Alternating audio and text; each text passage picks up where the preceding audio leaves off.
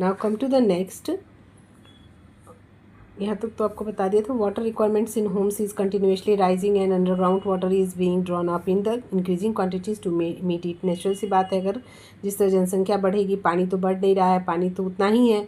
तो हमने क्या किया, जो अंडरग्राउंड वाटर है उसको हमने किसके लिए यूज़ करना शुरू कर दिया, खेती के लिए। To make the situation worse, the discharge of industrial influence in surface waters is rendering them useless for many purposes. अब जो पीने का जो पानी है वो क्या है, अभी जैसे जैसे जनसंख्या बढ़ रही है वो हमारे लिए समस्या बन रही है, क्योंकि हम क्या कर रहे हैं, उन जो पीने का पानी उसे सिंचाई कर रहे हैं, और जो पानी है उसको क्या कर रहे हैं, गंदा और विषैला भी कर रहे हैं, जिसके कारण जो ज़मीन के नीचे की पानी है वो क्या हो रही है, वो अब यूज़ मतलब ख़तरा बन रही है, हमारे पीने के लायक भी ये नहीं बच रही है। The strength is more acute because of deterioration of the quality of water brought about by agriculture and industries, fertilizer, pesticide, chemicals and waste mix up with the water to pollute it।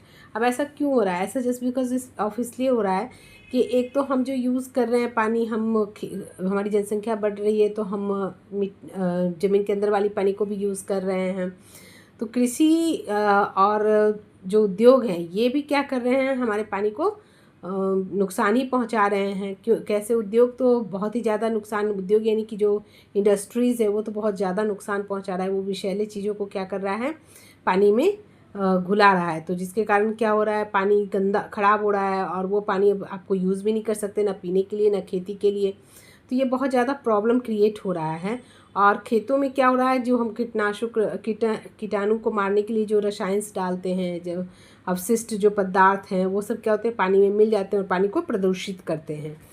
तो ये पानी के लिए नुकसानदायक हो जाता है, और हमारे लिए तो ऑलरेडी नुकसानदायक होगा अगर पानी में मिल जाएगा। अब यहाँ चलिए थोड़ा सा नो मोर ड्रिंकिंग वाटर क्राइसिस। नेचुरल सी बात है कि मैंने आपको बताया अभी कि पानी की क्या है, जो स्टोरेज है वो बहुत कम है पृथ्वी पर।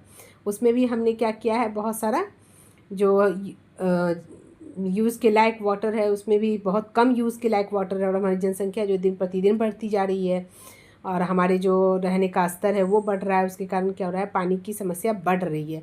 इन 1940 world water consumption was 1000 cubic kilometre, now it has increase to 5190 cubic kilometre. अब आप सोच लो, जहाँ 1940 में 1000 क्यूबिक किलोमीटर पानी सिर्फ यूज़ होता था, वहाँ अब कंजप्शन कितना हो रहा है, 5000। तो पानी कहाँ से आएगा? 1/3 of the world's population does not have access to safe and adequate water supply by